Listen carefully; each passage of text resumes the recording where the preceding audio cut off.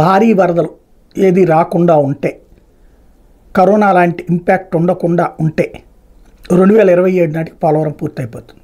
అయితే ఒక దశే పూర్తవుతుంది.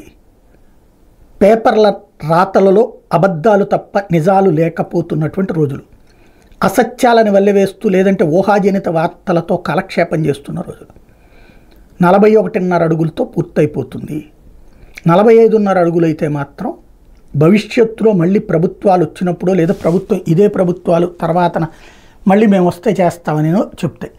ఎందుకంటే నిన్న చాలా క్లియర్గా 33,000 కోట్ల రూపాయలతో పని జరుగుతుందని చెప్పారు. 45.5 కావాలంటే 55,000 కోట్ల రూపాయలు కావాలి. అది ఇవ్వకపోతే జరగదు. రెండోది, అప్పుడు మిగతా వాళ్ళ పునరావాసం కూడా చేయాలి. ఇప్పుడు ఈ 41.5 అడుగుల వరకు సరిపడిన పునరావాసం మాత్రమే చేస్తారు.